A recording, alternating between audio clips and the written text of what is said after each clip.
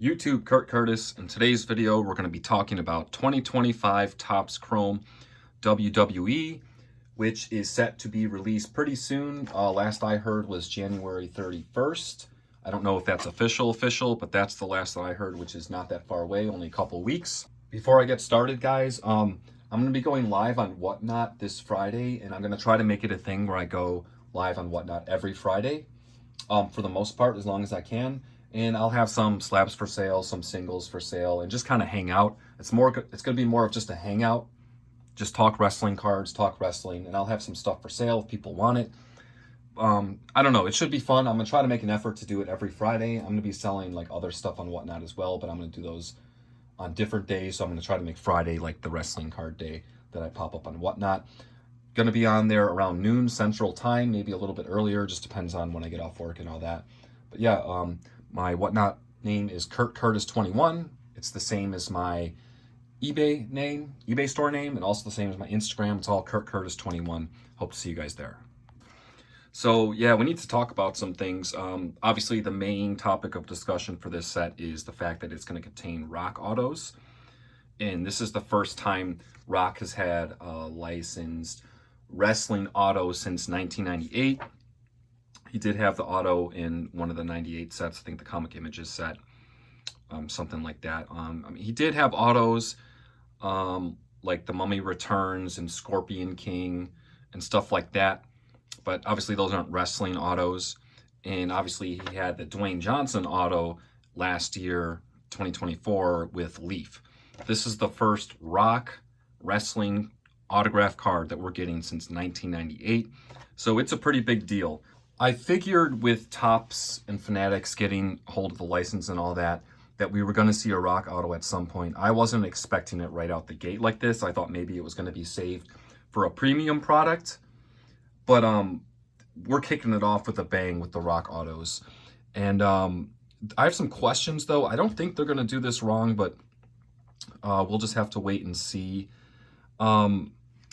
The one you guys see, obviously, there's one with an inscription numbered out of 25, and we also have an example of the Superfractor 101. I'm curious, is The Rock going to have just those low-numbered cards, or is he going to have like an out of 99 auto, a base auto? Like, I can't imagine they're going to put a base auto for The Rock, are they? Like, I don't think they're going to do that, but I don't know for sure yet. I imagine they'll just keep it to really low number, like a super short print type thing. Because if they do, it'll be curious to see what the value actually becomes of this. Also, what I'm kind of thinking about here is Topps gonna put Rock autos in like every set coming out, or the majority of sets, or are they gonna save it just for like select sets?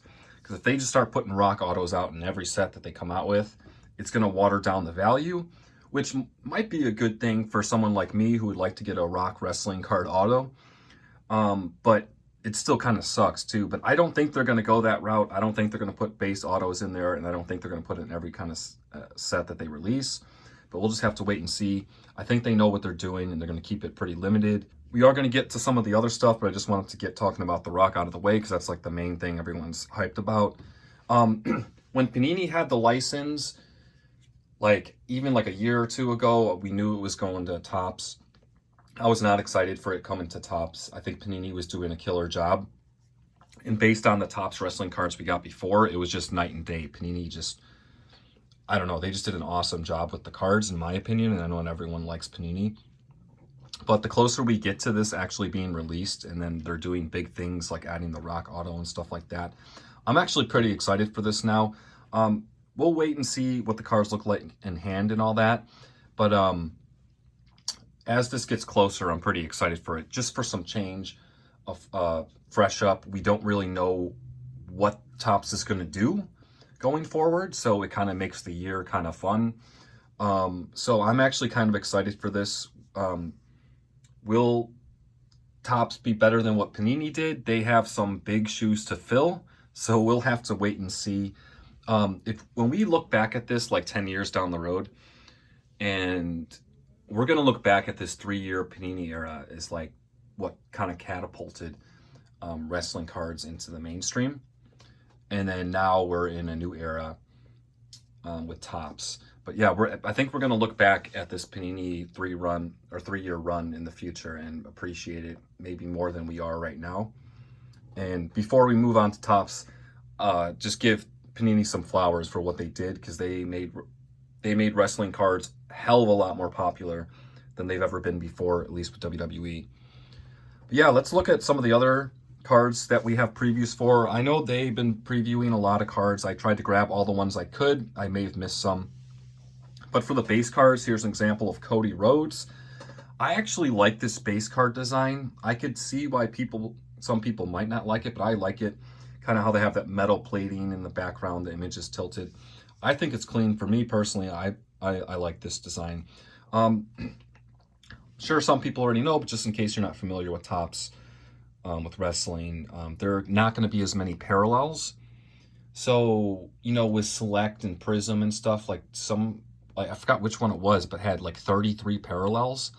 That's not going to be the case for Topps, at least if they keep the same kind of format as what they did before, which they may not. We'll have to wait and see. We don't have a checklist as of right now.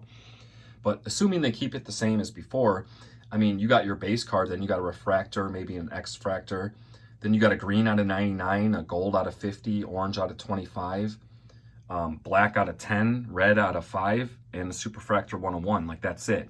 To complete a rainbow will still be very difficult, but there'll be way, way less cards to actually track down.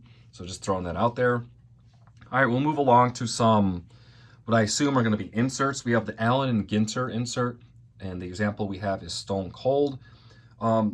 This looks cool because it's chrome. I think the fact that it's chrome is going to help it out a lot. I'm not a huge fan on the Allen and Ginter insert, but the fact that it is chrome, it might make it look a little cooler, at least for me. But I know a lot of people like them, so we'll move on from there. We have women's division, Bianca Belair. Now, is this an insert or an extension of the base card list with Topps? Sometimes they'll have checklists where like the base set has like subsets like towards the end. Like they might have like a legend section of the checklist and they all be at the end, or like the women's division or something like that. So I don't know if this is an insert or just an extension of the base set, but it is cool that they're going to have women's division cards. And that's really all we get for the non-autos. Now let's move on to some of the autographs. Here we have basically what is the base auto, same is basically the base card with an autograph, and we have an example of Liv Morgan. Also, all the autographs are going to be on card, which is going to be really nice. I have a feeling you're going to see a lot more inscriptions on some of these examples coming up, and I think that wrestlers are going to do a better job and have more fun with the process of signing actual cards. They get to see what they're signing rather than just sitting there signing a bunch of stickers and they don't even know what's going on. So I have a feeling that like some of the autographs will improve, and also it gives them the opportunity to have some fun and throw in some inscriptions. Here we have an example of Jade Cargill. Now, originally with the lightning in the background, I thought that was just customized to Jade. However, it looks like the SmackDown superstars have lightning in the background, and then the Raw superstars like this Rhea Ripley have like fire in the background. So that's pretty cool. I like that. We also have an example of a Seth Rollins 101 superfractor, and we also get an example of Tiffany Stratton. Now these autos are not the base card autos, so I don't know if this is just like a separate, I don't know what this auto set's going to be called or anything like that, but it's just a little bit different than the base cards. And it seems like it's going to be like the main auto set, considering we've got the most examples from those. Marks of Champions, we have Gunther, and then we also have Cody 1/1 Superfractor Inscription. See, you could see a lot of these, there's going to be inscriptions. How many they're actually going to do, I don't know. But it is cool that they are starting to do that, and that's happening because the autos are on card. The Marks of Champions, this is all right. Like, I don't know, the design isn't like, it's not really doing anything for me, but we'll just have to wait and see. This one is cool though, the Future Stars Obafemi. I like this card design. This looks really cool. They got the Future Stars and kind of like the rainbow coloring and all that. It's nice to have an auto set that features like rookies or newer talent. So I'm down with the way they're doing the Future Star autos. Next up, we got the Hall of Fame autos, and we have Shawn Michaels here. This one I'm not really too thrilled about. Yeah, I don't know. Just obviously cards look different in hand than on a picture, so I never want to make a final decision until I actually like see these cards in hand. But based off of this, I'm not really too thrilled about this Hall of Fame autograph set based on the one example we get. Next one, Roman Reigns, and it has like World Wrestling Entertainment like spelled on the side, and it's like silver.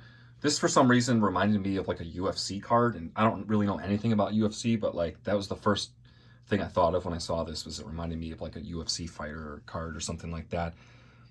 This one's all right. This one's not bad. Can't go wrong with Roman either. Next up, we have Main Event, CM Punk. This one isn't really doing anything for me either. I don't know, some of these auto designs based off of this just aren't like, I'm not too thrilled about. The ones that I do end up liking the best are just the regular base card autos, and then that first set of autos with like Rhea and Seth Rollins and all that, like that design, and then also the Future Stars. So out of all the autograph sets that we have examples of, those three are the ones that I like the best, but you know, everyone has their own opinion. And that does it for the examples, guys. I just want to see a checklist for this. A checklist is going to answer so many questions. We do get a lot of different examples of different auto sets. Like there's a lot of different auto sets in this. You do get 2 autos per box, but in the past, like Topps, like sometimes the auto checklists were like relatively small compared to like what Panini did. So I'm really curious to see how they're doing this, and what wrestlers are going to have autos, and just the base cards too. You know, Panini Prism sets have like 200 base cards. Select have like 400 if you include the mezzanines. Obviously, some wrestlers have multiple cards. They're in multiple levels and stuff. But typically in the past, like the top sets, I don't really recall them having like 200 card checklists. So that might leave out a lot of people, which I'm a little bit concerned about, because there are a lot of people that collect certain wrestlers that aren't like the top tier main talent, and hopefully they still get cards, even though some people probably don't want them to get cards to pull them. But I don't know. Yeah, really curious for a checklist. Really need to see this checklist. It'll answer a lot of questions we have, but I'm excited for this. This should be pretty cool. It's a new era, 2025 Topps Chrome WWE. Topps gets back the license. Also, 2024 Allure should be coming out relatively soon too. It's supposed to come out before Chrome, but I would bet that Chrome comes out first based on Upper Deck's history. But if both of those products come out relatively around the same time, it's going to be a good time for cards, WWE or AEW. And yeah, let me know in the comments, guys, your opinions about this. Are you happy that Topps is taking over? Do you like what you see so far? Did you prefer Panini and you're kind of upset about this? Like, I really want to know where everyone's at with this. I'm kind of just going along for the ride, and just it is what it is. Like, I don't have like a super strong opinion, but I did really like what Panini was doing. So I'm okay with Topps taking over as long as they can fill those shoes. But if they don't, then it's going to kind of suck. But, you know, putting a rock auto right off the bat, it looks like they're heading in the right direction to fill those shoes. But yeah, let me know in the comments what you guys think about this. I appreciate you guys watching. As always, until next time.